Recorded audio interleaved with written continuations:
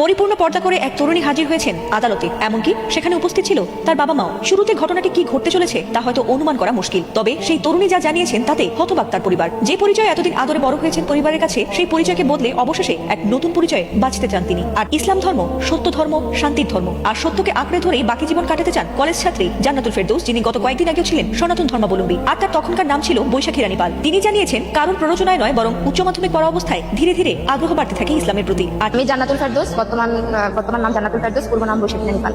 আমি ইসলামের প্রতি ভালো লাগা থেকেই ইসলাম নিয়ে ইন্টারমিডিয়েট থেকে সে ঘাটাঘাটি করা, এবং তারপর আমি ঘাটাঘাটি করার পর জানতে পারলাম যে না, সত্য ধর্ম হচ্ছে একমাত্র আল্লাহর কাছে মনোনীত ধর্ম হচ্ছে ইসলাম। তারপর আমি সত্যকে গ্রহণ করি এবং আমি স্বেচ্ছায় এই ধর্মে আসি। এখানে কারো প্ররোচনা ছিল না কিংবা কোনো প্রেম ঘটিত বিষয় ছিল না, একান্তই আমি সত্যের সন্ধানে এখানে এসেছি। আমার বাবার নাম কালীপদ পাল, মায়ের নাম উজ্জ্বলা রানী পাল। আমি সহজ কথা হচ্ছে, আমি ইসলাম কখনো পরিবারের সাথে সম্পর্ক ছিন্ন করার কথা বলে না।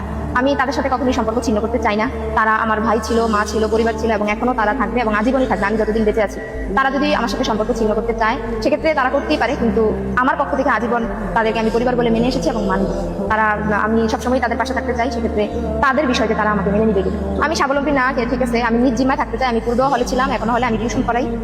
আমি প্রাপ্তবয়স্ক, আমি আমার নিজ সিদ্ধান্ত আমি নিজে নিয়েছি। তার সেখানে আমার যাওয়ার কোনো সুযোগ নেই, কারণ তাদের কালচার আর আমার কালচার এখন আলাদা। সেখানে যে আমি আমার দিনকে, আমি আমার ধর্মকে মেনটেন করতে পারবো। ইসলাম ধর্মের প্রতি আকৃষ্ট না হওয়ার কোনো সুযোগ নেই, কারণ এটাই সত্য ধর্ম। এবং কেউ যদি সত্য সন্ধানী হয়, আল্লাহ নিজে চ্যালেঞ্জ ছুড়ে দিছে, এটাই সত্য, এটা তাকে গ্রহণ করতেই হবে যদি সে সত্য সন্ধানী হয়। আর যদি মানুষ চিন্তা করে কেউ যে না, আমার সমাজ, আমার পরিবার, এই সমস্ত কথা চিন্তা করে সে সত্য সন্ধানী না হয়, তাহলে সেক্ষেত্রে কিছু করার নেই।